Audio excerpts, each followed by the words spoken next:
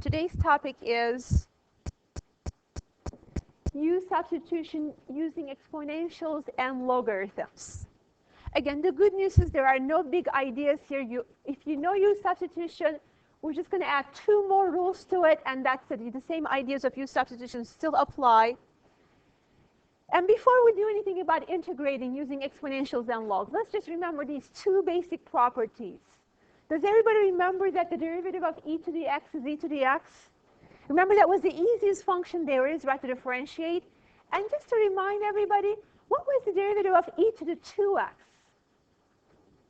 Just a quick refresher of differentiation rules. If you had e to the 2x, what was the derivative there? Exactly, that would have been e to the 2x multiplied by the 2, right, from the chain rule, right? And like what if you had ln of a quantity, like ln of, before I get to it, let's refresh our memory. What is the derivative of ln x function? That was 1 over x, right? And what if I had like ln of a complicated thing, like ln of a quantity, ln of a function? Then you do 1 over that function times the derivative of the function, right? Like 1 over u times u prime. That's how we differentiate a complicated ln expression. Like just to remind everybody, before we go to integrals or antiderivatives, say if you had like ln of 7x plus 1, how would you differentiate this one?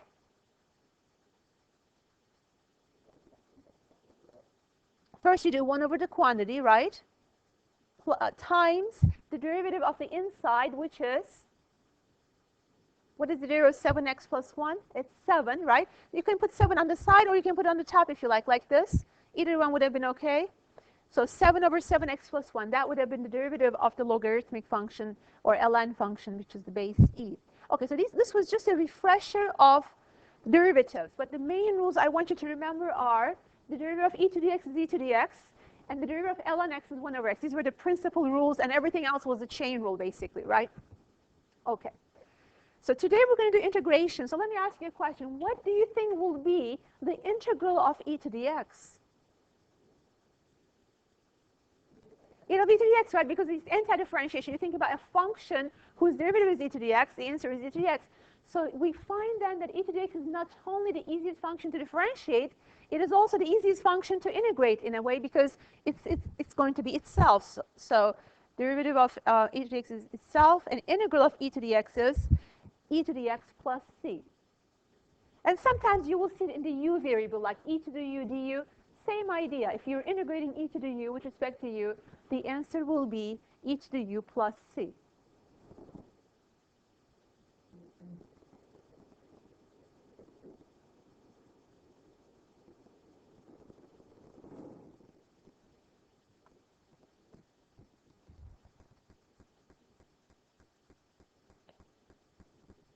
Okay, what about the exponential, rather the logarithmic function? So if we know the derivative of ln x is 1 over x, what do you think will be the integral of 1 over x?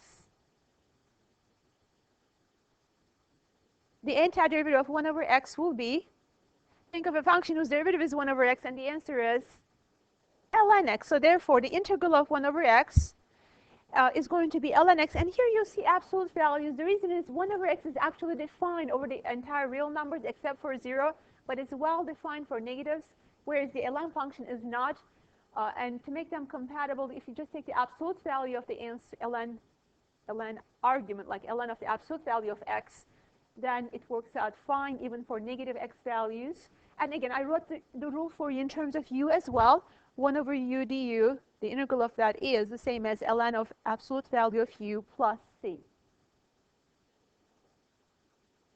Now, sometimes you're going to forget about this rule, but you may have a situation like this. Let's say that you're trying to integrate, say, the integral of, let's say you have 1 over x dx, and you've totally forgot about the natural log function. You might be tempted to do the following. Okay, let me write it first in terms of a power. Okay, so you write it as x to the minus 1, and let me try to apply the power rule. If you apply the power rule to this, what happens? Add 1 to the power, you have x to the first power, right? I'm sorry, x to the 0th power. Negative 1 plus 1 is 0, right? Now try to divide by 0, undefined. So you can see here that our good old exponent rule for anti-differentiation, it just doesn't work when the power is -1, you see? So then you might say to yourself, okay, there was something else. What was it? You know, maybe that will force you to remember, okay, the integral of 1 over x is going to be ln x. If nothing else, this rule of adding 1 to the power and dividing by that new power, it just doesn't work for this case. So we need a new rule, and in this case, the answer comes from the natural log function. All right, so now that we know these two rules, we're going to be solving some examples. Let's start with something simple. Say integral of e to the 2x dx.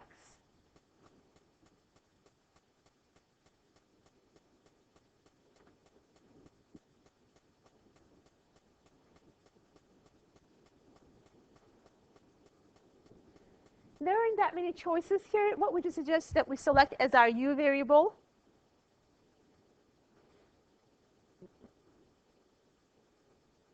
Pardon me? How about 2x? Let u be 2x. So the derivative du will be the derivative to the right-hand side, which is 2 dx. We'll come back to our integral and try to rewrite it as we have always been doing for these questions in terms of the u variable. Instead of e to the 2x, what can I write? E to the u. Instead of dx, what can I write? If you solve for dx here, you will get du over 2. And 1/2 can be factored outside. Now, what do we know about the integral of e to the u du? Again, it's the easiest function to integrate. It's going to be itself. So that gives us 1 over 2 times e to the u plus c. And as always, replace the u back with its equivalent. You get 1/2 times e to the 2x plus c.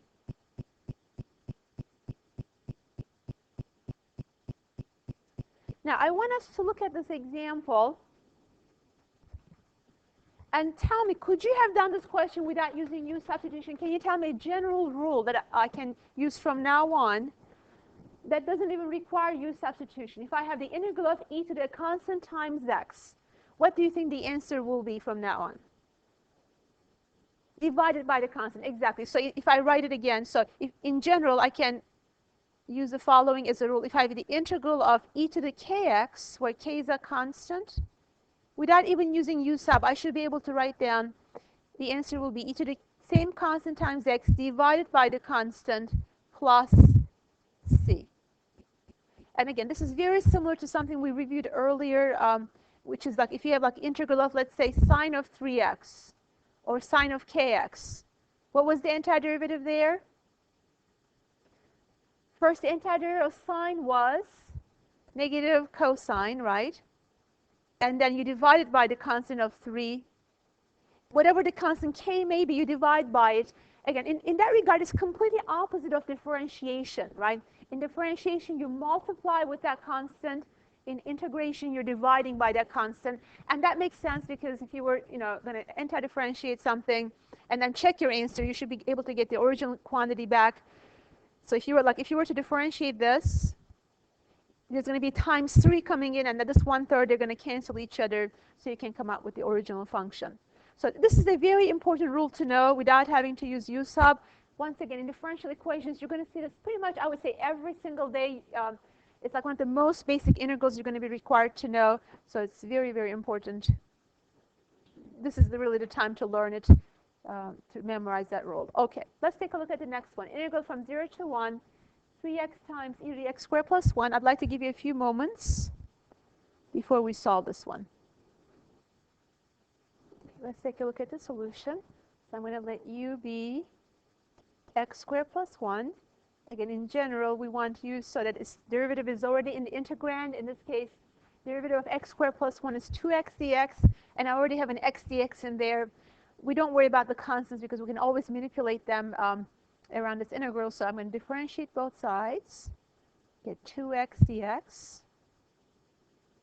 The 3 can be factored outside. This quantity will be e to the u. And what about the x dx? X dx is du over 2. So I will just plug that in here, du over 2. And again, at the moment, I'm not putting the limits of integration because those limits are set for the u variable, right? I'm sorry, for the x variable, so I don't want to carry them for the u variable. I will bring them in only after I brought the x variable back. Okay? At the moment, just don't forget about the limits of integration. Just do the anti-differentiation. Again, this is the easiest one to integrate, right? E to the u itself. Now let's bring in the variable x, in this case, x squared plus 1.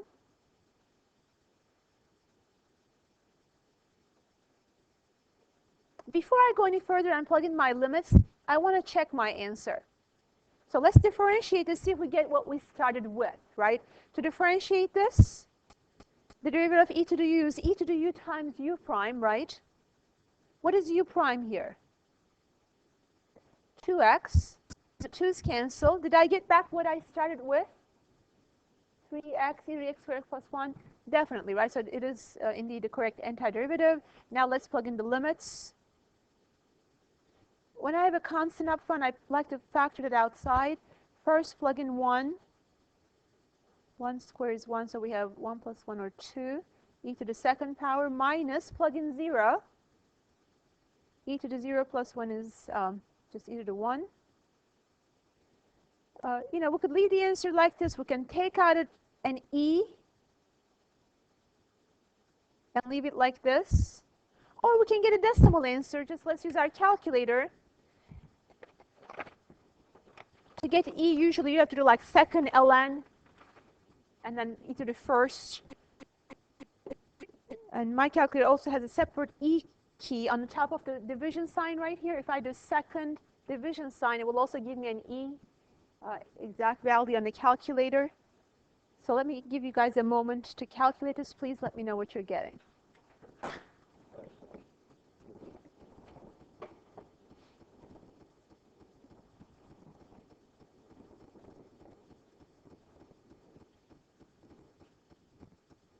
Please let me know if you have a value.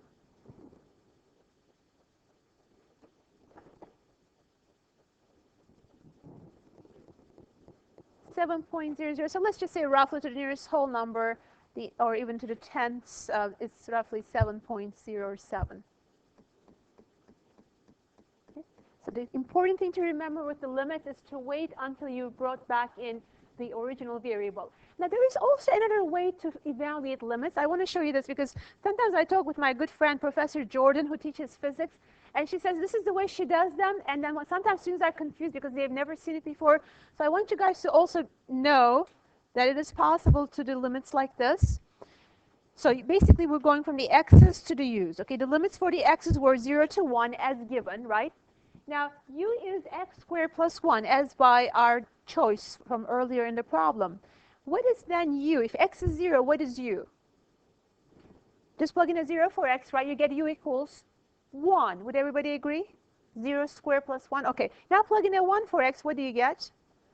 1 squared plus 1 is 2. Okay, so basically you can go, limits for x are 0 to 1 and limits for u are from 1 to 2. So if you wanted to, you could come right here after you took your antiderivative, and while you're still in terms of u, you can also plug in your u limits, which are from 1 to 2. So then the answer would have been 3 over 2 times, again, put the upper limit minus put the lower limit, e squared minus e to the 1. It's the same thing, right?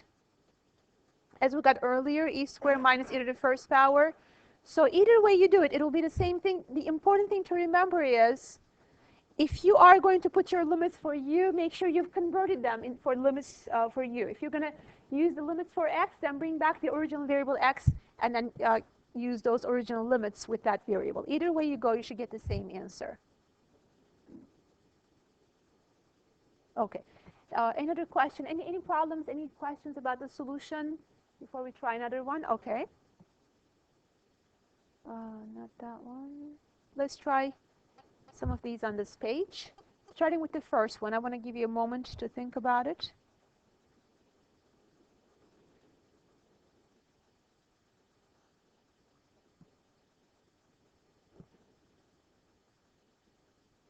So a good choice for you is cosine x, because this derivative is already in the given integrand.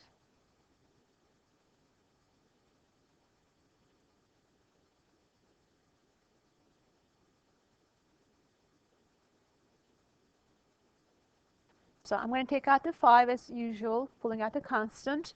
E to the cosine x now becomes e to the u. And the sine x dx, what should I be replacing that with? Du or negative 1 times du? Negative 1 times du, because if you solve for sine x dx down here, you will get negative 1 times du, right? So I can take the negative outside and then keep the du on the inside. Again, a few important things to pay attention to when you're writing your answers. Once you take the antiderivative, you should no longer keep your integration sign, and you should no longer have the du hanging around anymore. That's just a notation we use with the integral notation. So here, the antiderivative of e to the u is e to the u. So I've already taken the antiderivative, so I no longer need the integral sign, but I always have a plus c at the end. And this plus c turns out to be really important in differential equations. Like if you forget it, you lose like an entire half of a long question. So it's a good habit to get into early on. Okay, and then put the u back in.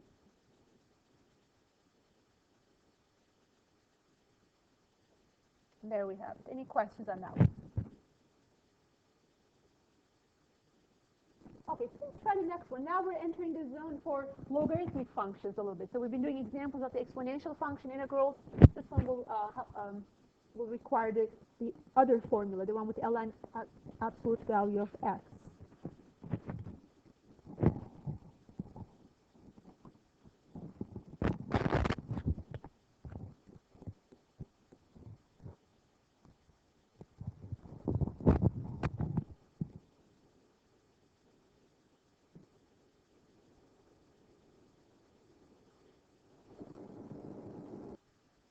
So this one seems like a typical question in u substitution, right? Let u be x squared plus 1. Again, that we know is a good choice for u because its derivative is going to bring in an x dx, and there's already an x dx on the top, right? So let's differentiate both sides. Take out the 7. Now on the bottom, I'm just going to have a u. On the top, for x dx, what should I be writing in?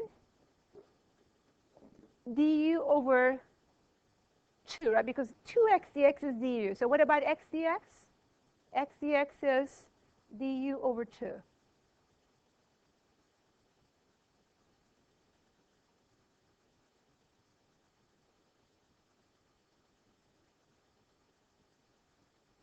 Now, how do we integrate 1 over u du? That's going to be the natural log function. Again, if we try to apply the power rule, you have a u to the minus 1, you're going to run into the same problem we discussed earlier, right? Add 1 to the power, that will force you to divide by 0, which is undefined. As we can see, that rule does not work when you have u to the minus 1. But luckily, we know that there's another rule, which is ln of the absolute value of u. And last step, as always, is to replace the u with its equivalent.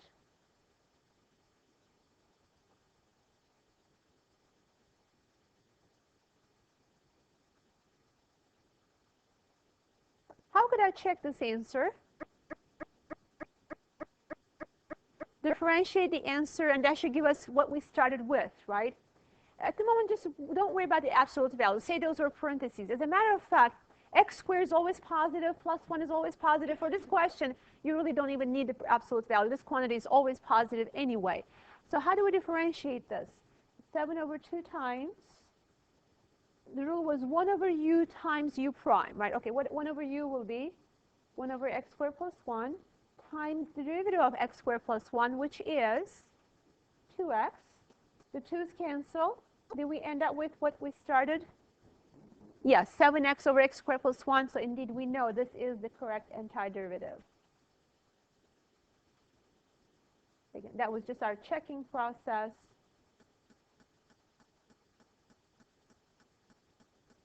All right. Now the next one seems unusual. You might say, wait a minute, haven't we already talked about derivatives of trig functions and also the antiderivatives of some trig functions? Yes, we have. We can find the antiderivative of sine, the antiderivative of cosine. We can find the antiderivative of secant times tangent, which is what? Secant x, right? And what about the antiderivative of secant square? tangent, because there is tangent in secant squared.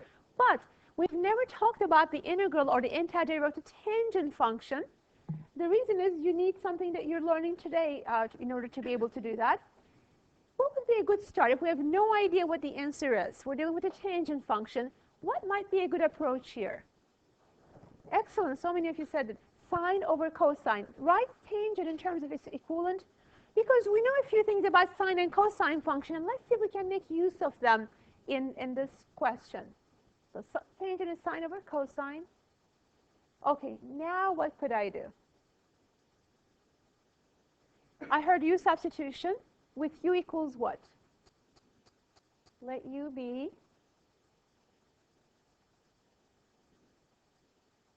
sine or cosine, which one? Only cosine will work. The reason is if you let u be cosine, its derivative is going to bring in a negative sine x dx, and you have that in the numerator. If you try the other, u be sine x, its derivative is cosine x dx, but cosine is not in the numerator. That's not going to work. So let u be cosine x, so its derivative is negative sine x dx.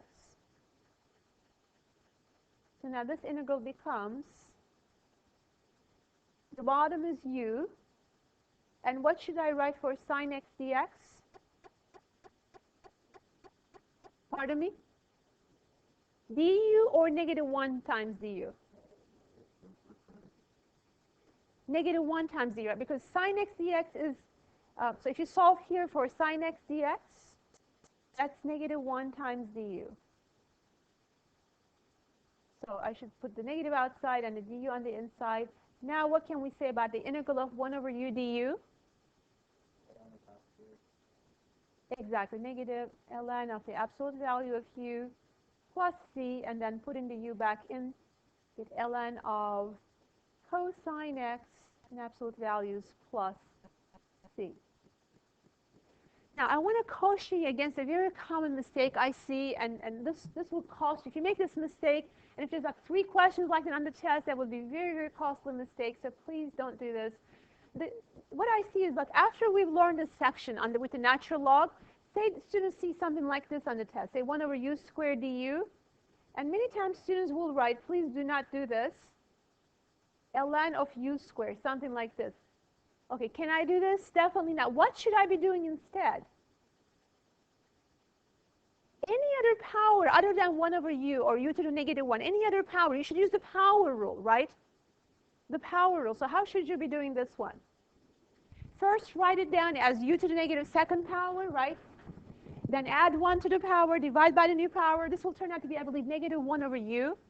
That's the way to do this one. The only time you use the natural log is if you have a situation like this. Exactly in that situation, 1 over u du. That cannot be done with the power rule there. We're going to need the natural log function. Okay, another example. Give me 1 second. Is this the best I got? Yeah, let's take a look at this one. Oh, sorry. Okay, x cubed plus 1 over x minus 2. This is a little bit of an unusual question, because if you let u be x cubed plus 1, its derivative would be 3x squared dx, and there is no x squared dx on the top, right? So this is not your typical u substitution question. Again, this is a new one. I don't expect you to get it, but just out of curiosity, does anyone have any suggestions what we could do here? Several. Yes, Ryan?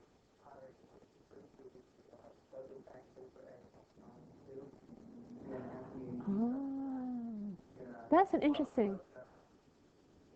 Solve for x.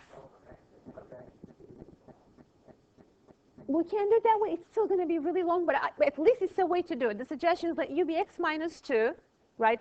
Then x would be like u plus 2, and then you could put that under that x cube. It would be like u plus 2 to the cube, but you still have to expand that cubic expression. It's going to be still very long, okay? Any other thoughts?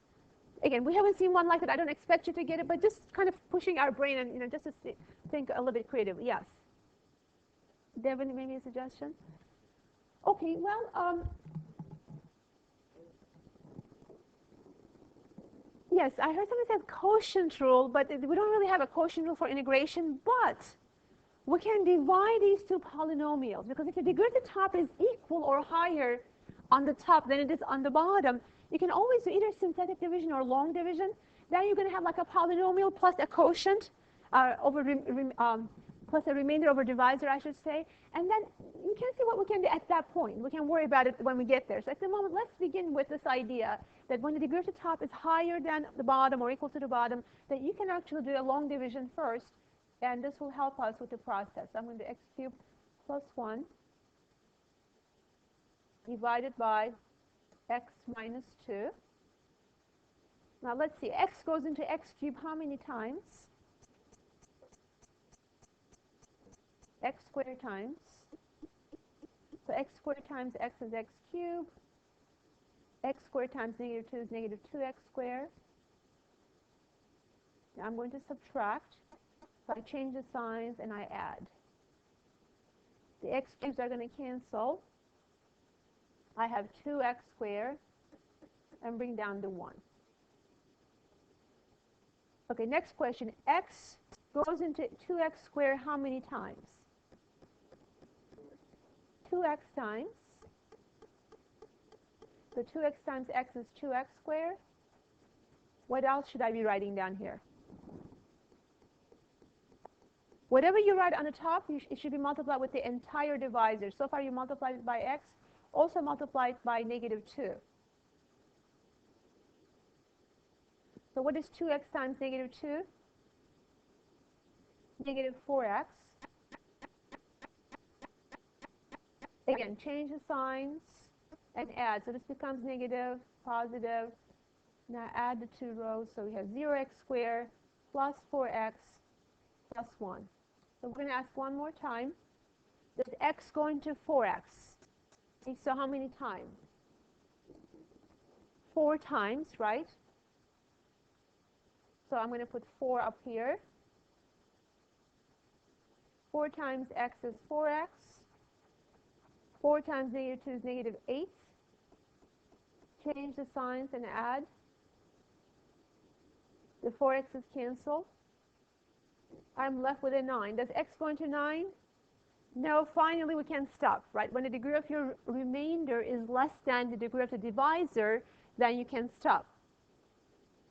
So what we're saying is this question can also be written as follows. The quotient plus 9 over x minus 2. Does this look any easier to integrate than the original one did? It does, because we have this nice rule about sum or difference of it. When you're integrating, you can distribute the integral over a sum. So you can go one piece at a time. And what are we going to do when we get to the last one, that 9 over x minus 2? We can do a u substitution there, right? So let's finish this one up.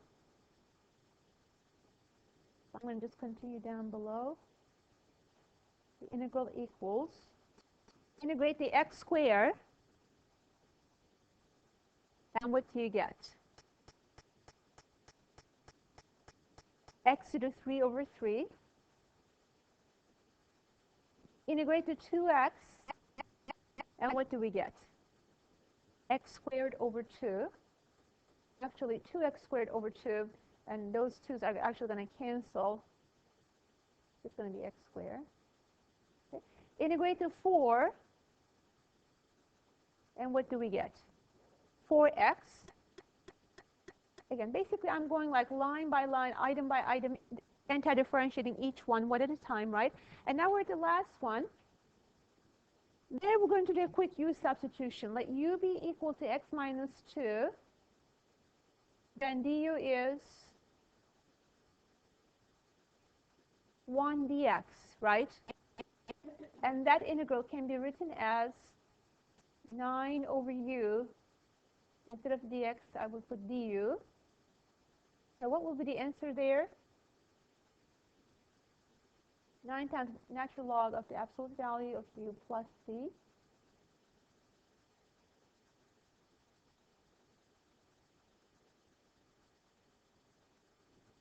So I'm going to copy that down then. So the last term there is integrated as 9 times natural log of x minus 2 in absolute values plus c. If I had limits of integration, this is where I would plug them in for x. And in this question, that would be really the best place because you already had some x's there and you have some u there, but you would not be able to have everything in terms of u's. So for this question, the best way to substitute would be in this last step when everything is back in terms of x. Now, I want you to look at this term once again and tell me if you could have if you could have guessed what the answer would be from now on without doing a u sub. If you have 9 over x minus 2, the answer turned out to be 9 times ln absolute value x minus 2. This will occur if du equals dx, like if you have like x minus 2 or x plus 3, something like that.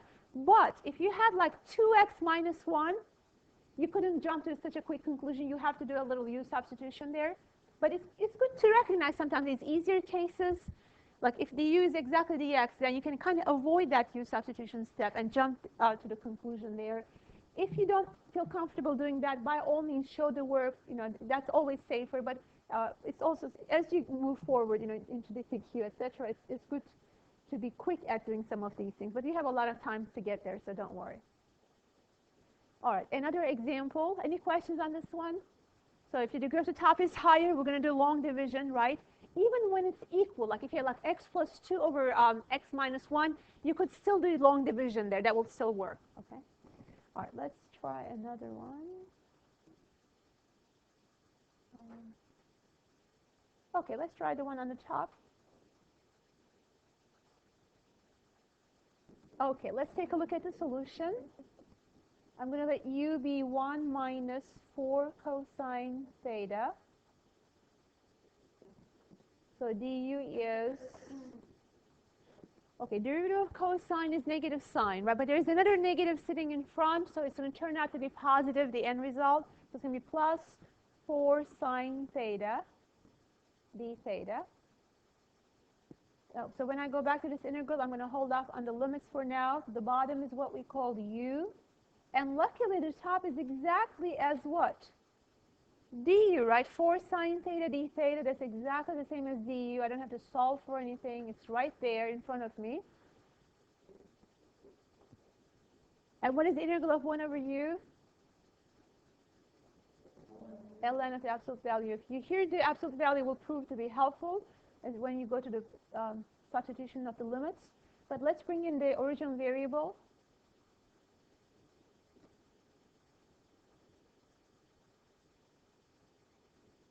Going from 0 to pi over 3.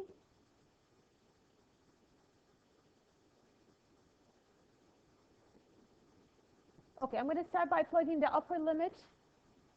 What do we know about cosine of pi over 3? Pi over 3 is 60 degrees. Cosine 60 is the same as sine 30, which is what? 1/2, right? That's one of the important angles we should know. So this will be 1/2 minus ln of 1 minus 4 cosine of 0, which is, what is cosine 0? 1. Okay, simplifying the first expression, we have 1 minus 2 under the absolute value signs, because 2 goes into 4 2 times. And that's like negative 1, except it's going to come out as ln of positive 1 in the next step, right? And then the other part, ln of 1 minus 4, that's ln of negative 3. That'll come out, because this absolute value takes, you know, absolute value gives you the positive quantity of anything inside it. So that'll be like ln of 3.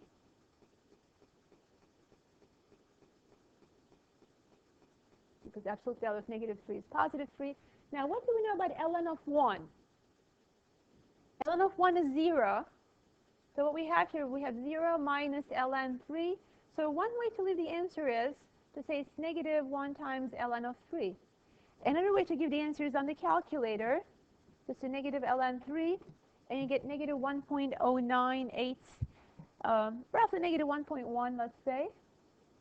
And there is one more way to leave the answer, and sometimes the book will do that and it will confuse the students a lot, but it shouldn't. They will leave the answer like this, ln of 1/3. Can anybody explain how they're doing that? How come negative ln 3 is the same thing as ln of 1/3? Yes, how do you combine them?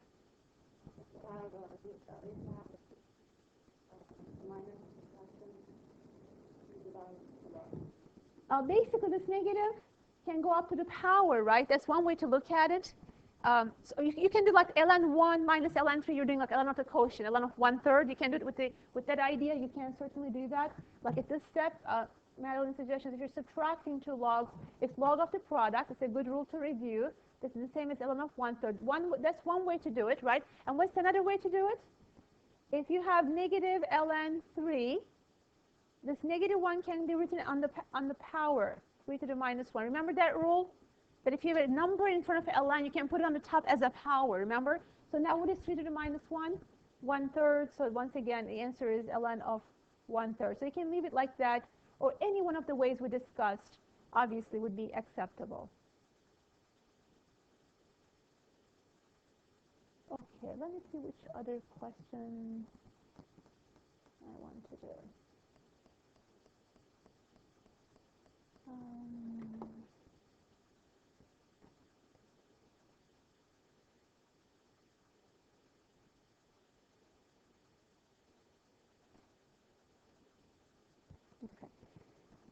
I'm going to do one more example, but before I do that, I want to give you some tips about what would you do if you have different bases. Like so far, we always emphasize base e, like e to the x, or ln, which really represents logarithm base e.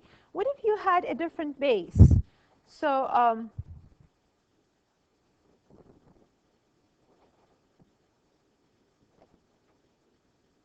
for example, what if you were trying to integrate something like 2 to the x dx? First, let me give you the shortcut answer, and then I'll try to explain that to you. The shortcut answer is, in a way, this is similar to e to the x. What was the antiderivative of e to the x? Itself, right? E to the x. So you might say this will be also itself, 2 to the x, except that there's an extra coefficient. You have to divide it by ln of the base, ln of 2. Like if it was 3 to the x, you would divide it by ln 3. If it's a to the x, you divide by ln a. And what is happening with e to the x? Why is that not showing up? Because if you divide by ln e, what happens? Exactly, ln e is 1. So we don't even see that coefficient being there. And we get just e to the x.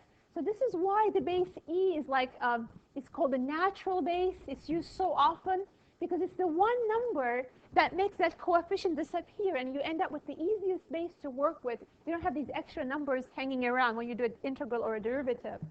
Now, why is this rule working the way it is? I'm going to try to show you an explanation of that. So let's try to rewrite 2 to the x. This you may want to just watch. You know, just perhaps write this as a rule, but what I'm about to do, I just would rather you concentrate on the understanding of it and don't worry about writing it. So I can rewrite 2 to the x as follows. I can write it as e to the ln of 2 to the x. Let me know if you agree with this. 2 to the x is the same thing as e to the ln of 2 to the x. How do I know that? Because doesn't e to the ln cancel each other? And you get back what you started with. So really the right-hand side is really 2 to the x, and the left-hand side is 2 to the x. The reason I wrote it that way is because I know the rule for e to a power. I can apply that rule. But before I do that, I'm going to bring the x down. This x, can I write it like this? Because like if you have, like, let's say ln of x to the 5, we can bring the 5. We can write as 5 times ln x, right? Whatever the constant is, it can come down. So here you have ln of 2 to the x can come down. Okay, now this looks exactly like, to me, something like, let's say, e to the 5x. How do you integrate e to the 5x? E to the 5x divided by the constant 5, right? Here, what is the constant here? The constant is ln 2. Think of it as like e to the ln 2 times x. Your 5 there is your ln 2 here. So what will the answer be? The answer will be e to the same power divided by e to the ln 2 times x divided by what? Whatever that constant is, and that constant in this case happens to be ln of 2. And if you don't see this as the answer I gave you earlier, put this back again. Put this x back in the power. So you have e to the ln of 2 to the x. And what was e to the ln of 2 to the x? That's the same as 2 to the x, right? Because e to the ln cancels. And you do indeed end up with 2 to the x divided by ln 2 plus c. You can see, I mean, the derivation you don't have to do every day. You can just see it one time, why it works, and then you never have to do it again. But the rule that we have over here for you, occasionally you may need to know this rule. I'm not going to have you memorize this because I just don't think it occurs frequently enough for me to ask you to reserve it like a memory space location in your brain for this one. I don't think it's worth the memory space. It doesn't come up very often, but every once in a while you may see it. All I ask is, if you see something like that, at least be able to find, where it is in the book, near where you did like derivatives of exponential functions or integrals of exponential functions, and just know that there is an answer and be able to find it. And if I ask you a question about it, I would first state the rule. I would say like integral of, let's say, a to the x is a to the x divided by ln a, and then I may ask you really something about that. But like I said, the most commonly used bases are the base e for the logarithmic and the exponential functions, and that's what we're going to be using here as well. All right. So with that, I think I'm going to be sending you guys to your groups. But the first question I ask you to do